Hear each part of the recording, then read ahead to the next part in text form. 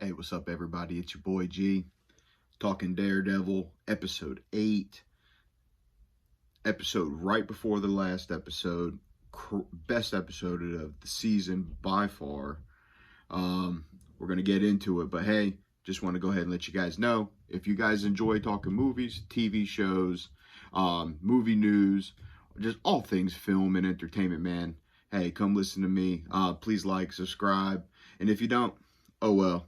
Hey, I'm still going to enjoy talking about these things. So, hey, so let's get into it.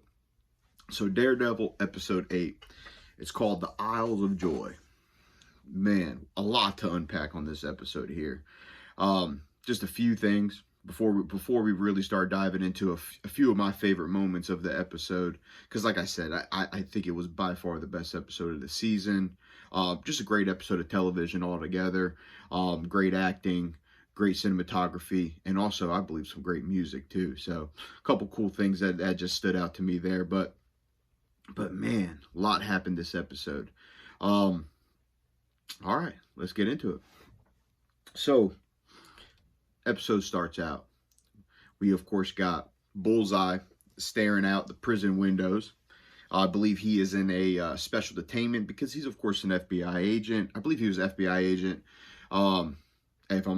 If I'm mistaken, please let me know. And it looks like he's being transported.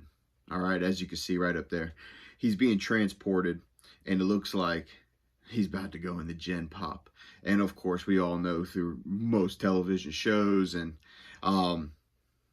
general population, man, they don't like the FBI agents. They don't like cops. They don't like anybody who puts criminals away, I guess you could say, right? Hey, he could have put one of them away, for instance, and he's just like, And of course, he doesn't want to have to deal with that hassle, right?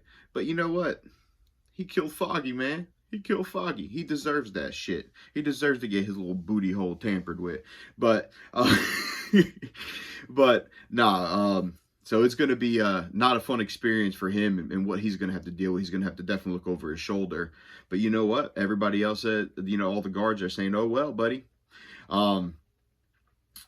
So as that's going on, we of course have Fisk and his wife. He wanted to show her something, takes her to this building, and talks about how much he loves her, this and that. They're of course, their relationship is strenuous at this moment just because of the fact my man dipped out after he got his ass whooped. And hey, pride's a motherfucker, and it got hurt for him, I guess. So so he brings her inside, and of course, this building, this little abandoned building that he has, it contains Adam. And of course, anybody unfamiliar with Adam, Adam is the gentleman that was screwing his wife when he was gone, pretty much. She had an entanglement. And I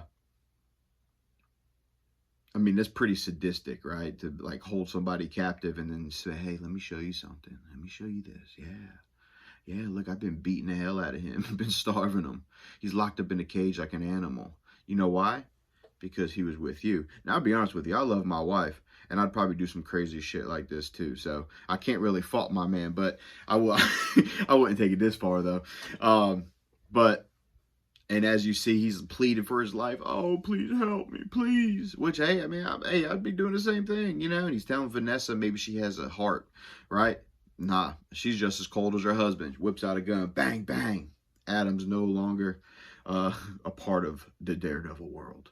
So after that happens, we got Matt and his girl. They're having a tough time. But she just had a serial killer that was just tried to kill her, and she of course had to kill that man, and so she's struggling with that. And I just thought it was a very awkward time, especially having breakfast or something. She's just like, I killed that man, Matt. I killed that man. Now I understand these are conversations that do happen behind closed doors or in the comforts of your home with you and your spouse, but I just felt she's being a little dramatic, And then of course she goes on to think about the vigilantes, which, let's just be real. I mean, how does she not see that Daredevil, saved her?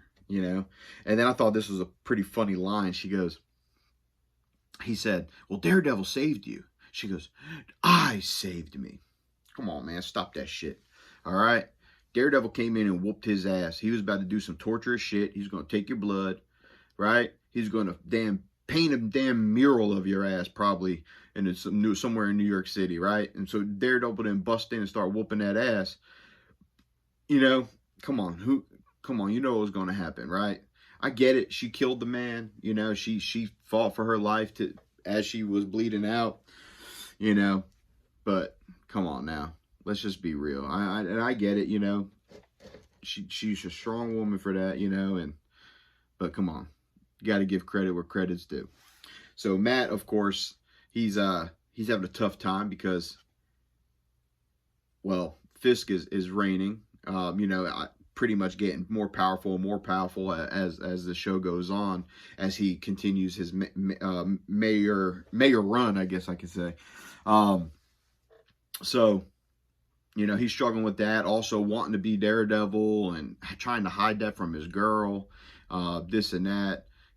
So Matt's kind of having a tough time because he does care for the girl. You can tell he does care for her, but he's having a tough time. And then on top of it, he's finding some things out about Foggy's murder. He goes to the bar, of course, where Foggy was killed. I believe he's a regular there, so he's, of course, hanging out with the bartender, the owner, and she hasn't opened up since it happened. And they're just having a conversation, and then the detective walks in, and, you know, he's talking, and, you know, he's telling, oh, you're throwing away your life, Matt. You're throwing away your life, right? You know, he keeps on with that shit. I guess that's his only line in the show. But hey, it is what it is. I get it, man. He doesn't want to see him get hurt.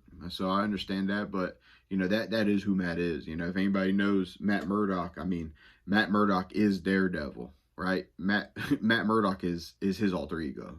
Daredevil is who he really is, right? Same thing with Batman, Green Arrow, just those type of characters, right? That's who they really are. That's them expressing themselves.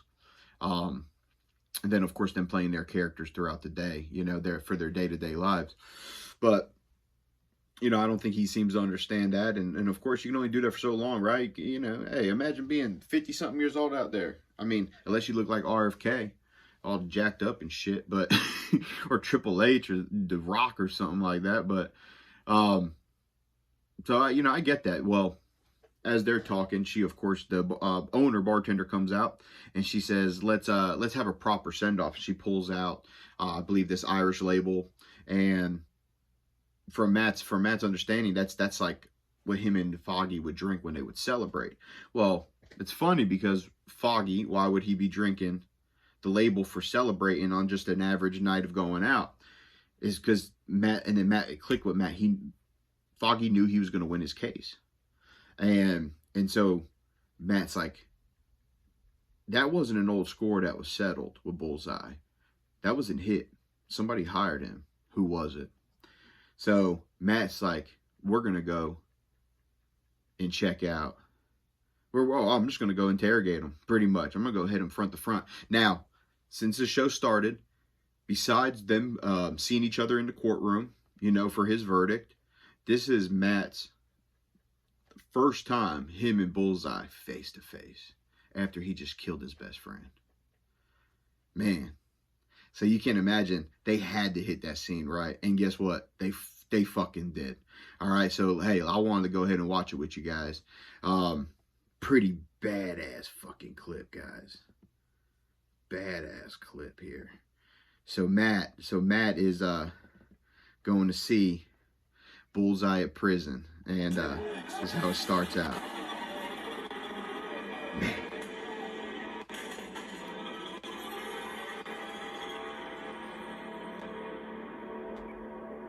Table, thanks.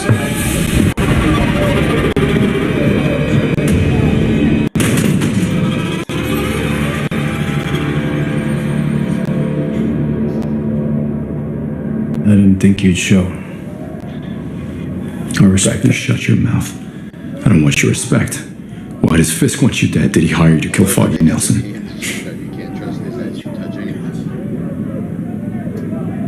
You hear that? Outside. That is the roar of the jungle, counselor. Is that what I am to you? An animal. One of them. this is all about, right? Look how fucking Who's the predator that's just like that's really and who's the prey? But I have questions too. and I'm about to tell you what's on my fucking mind. Everyone thought you were just a shooter on a rampage, didn't they? Yeah, settling scores, getting vengeance. But it wasn't, was it? You did it for someone. Huh? You did it for Fisk, didn't you? Another night in here, I might never be able to answer that for you. Sweetheart, what do you want? What do you want me to do? You want me to get you out? You want me to file an appeal?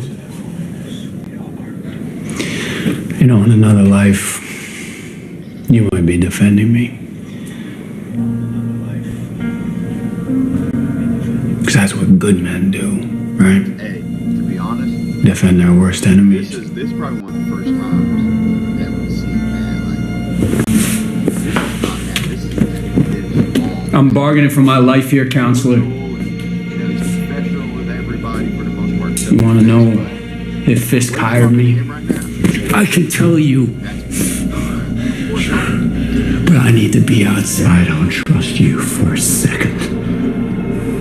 I'm not lying. Hey, guard! Drink that wing. He started smashing his face against the table. Crazy asshole. Thank you, counselor. Fuck you!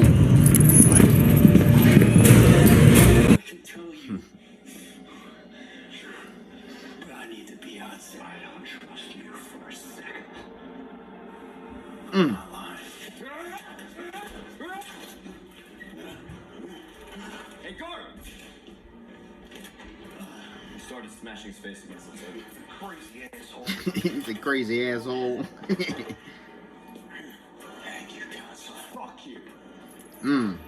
Matt said, fuck you, man. Woo! Man, I thought that was a pretty cool scene. You guys tell me what you thought about that part. That was definitely one of my, I thought was one of the standout parts of the episode for sure.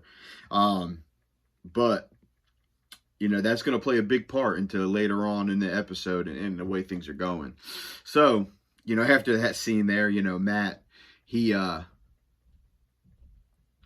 actually supposed to go meet his girl. His girl was invited by Fisk and his wife to come to their little soiree that they're doing for some of the big wigs in the city for their Red Hook project. So Matt, of course, is going to be in the same room as Fisk. Man, imagine that. And this is the first time that they're going to be in the same room after Fisk is aware that Daredevil is back out there. The place is going to be surrounded with the task force. You know, set to be a crazy time, right? And Matt, of course, is late because where is he at right now? He's out there smashing Bullseye's face into the table, right? So Matt's on his way, and so Matt now has to go to this little soiree thing, and but like I said, that part was going to play a big part because this next part here is the reason why. So Matt smashing his face into the table over and over again, you know, that's only gonna, I don't know, do a little bit of damage, I would think, to, you know, somebody's face and some of the things that are part of our face, you know, maybe those, I don't know. So let's check it out. So of course, after he gets his face smashed in, Bullseye, face is all fucked up. Matt's on his way, so they're going to go ahead and take him to the ICU, and they're going to go ahead and, you know, clean him up, put some stitches in, stuff like that, right? Well, some might say it might have been a mistake for Matt smashing his face into the table. Let's check this out.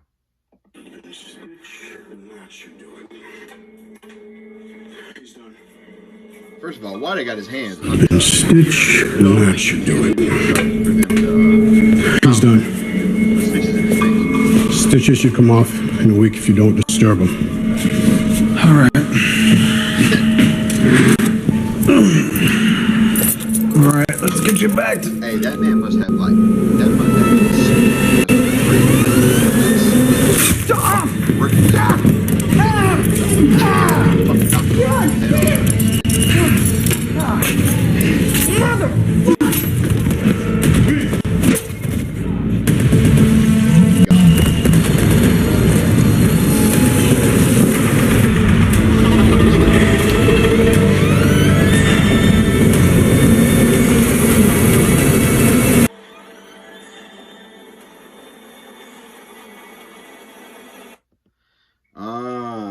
see, now he gets away as a guard. Where do you think he's going? So, and this is still with like 15 minutes to go in the episode, right? So as it goes on, I mean, just madness is happening. I mean, he's on his way. Matt goes there. Matt, of course, can hear everything. You see the guy, I don't remember his name. He was from Hawkeye. I think it was Hawkgirl, not Hawkgirl. I think, yeah, Hawkgirl's stepfather. He's meeting with Fisk, and of course, he's a swordsman. If you don't remember, if you ever seen Hawkeye, he actually is very good with the sword, does fencing and stuff like that. And we have been seeing, we saw a clip where a gentleman was fighting with swords, and known as the swordsman, a vigilante. Well, Kingpin put 2 and 2 together, and of course threatens him for him to make a bid or to invest in his Red Hook project, I believe. So Matt's listening to this. His girl's telling him off. Oh, why weren't you here? You're so disconnected, this and that. Well, Fisk and his wife, here they come and hitting the dance floor. Well, Matt's decide, hey, we're going to go ahead and chime in. He wants to listen to what him and his wife are talking about. Well, he starts hearing different things, and Matt puts 2 and 2 together, and he realizes it wasn't Fisk. It wasn't Wilson Fisk, Kingpin. It was his wife that put the hit out on Foggy. So Matt does his little switcheroo on the dance floor, and he grabs the wife, and he confronts her. Well, as this is going on, we see we see Bullseye coming through. He's got a sniper rifle, got his scopes on Kingpin. At anybody, I thought he would have shoot Daredevil. Nah, he's there to shoot Kingpin. Well, of course, Matt being the hero that he is, he just had to do it. Check it out.